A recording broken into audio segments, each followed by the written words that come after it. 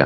اچھا، میں نے کچھ پامسٹری کے حوالے سے بھی بکس پڑھی ہیں، تو اس میں ذکر ہے بڑے ہاتھ چھوٹے ہاتھ.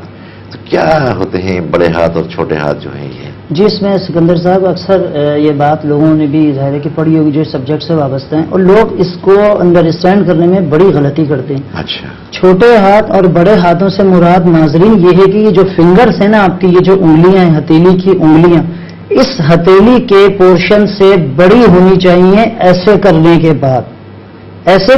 بعد اگر ہتھیلی سے یہ نیچے اس طرف آ جاتی ہیں لمبی انگلیاں آپ کی، تو اٹ مینس کہ آپ کا بڑا ہاتھ کاؤنٹ ہے according to formulas of palmistry.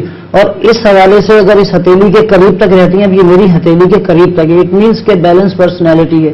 نہ بہت زیادہ تفصیلات پسند ہے، نہ بہت زیادہ یہ جو ہے کوئی جلد بازی ہے، ایک مناسب چیز پرسنالٹی ہے.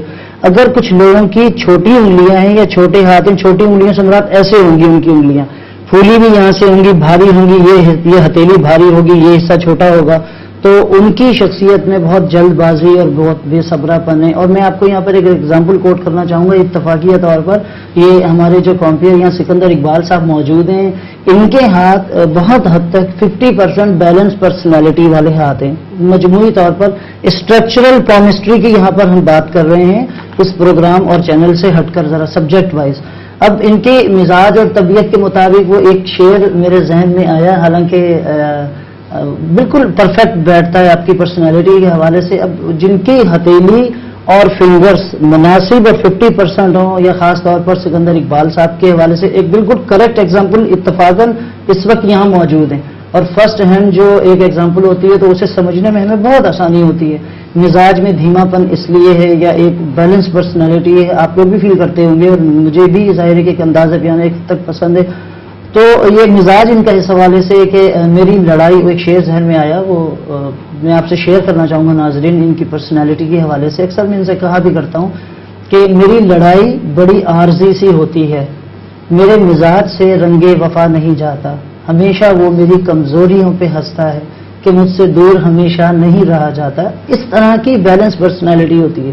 نہ آپ کسی سے لڑ سکتے ہو، نہ کسی سے الگ رہ سکتے ہو، نہ کسی کے اگینسٹ ہو سکتے ہو، اور نہ مطلب ایک بہت ایوریج سی پرسنالٹی ہوتی ہے. اور ایک اور بات یہاں کرنا چاہوں گا، رابعہ تبسم ایک اسٹوڈنٹ ہیں اور حیدرآباد سے غالباً ان کا تعلق ہے. ان کے ہاتھوں کے بھی حوالے سے ایک چیز میں نے دیکھی تھی جب ملاقات ان سے ہوئی تھی لیاقت میڈیکل کالج میں، تو بڑی بیلنس پرسنالٹی تھی. اور بات میں ہاتھ کے حوالے سے جب اسٹڈی کیا تو پتہ لگا کہ she is position holder of Liaquat medical university. اچھا جی، جب اس اسٹڈی کی پوری بات چیت کی گئی، وہ ان کے ہاتھوں سے وہ بیلنس پرسنالٹی نظر آئی.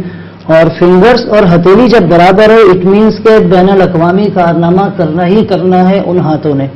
اب وہ پورا ہاتھ اسٹڈی کرنے کے بعد کہ جی تعلیم کے حوالے سے، بزنس کے حوالے سے، فورسز کے حوالے سے، ایجوکیشن کے حوالے سے اینڈ سو آن. تو جس طرح آپ کی کمپیئرنگ یا میڈیا پرسن کے حوالے سے، تو وہ کیٹیگرائز ہم کر سکتے ہیں مزید اس کو ڈیپلی اسٹڈی کرنے کے بعد. صحیح. جی ناظرین، اس گفتگو کا مقصد صرف یہی ہوتا ہے کہ ہم چونکہ جس پروگرام ہم کر رہے ہیں اس حوالے سے ہم آپ کو ایٹ لیسٹ جو بیسک یا بنیادی معلومات ہے وہ ہم آپ کو فراہم کر سکیں. کالرز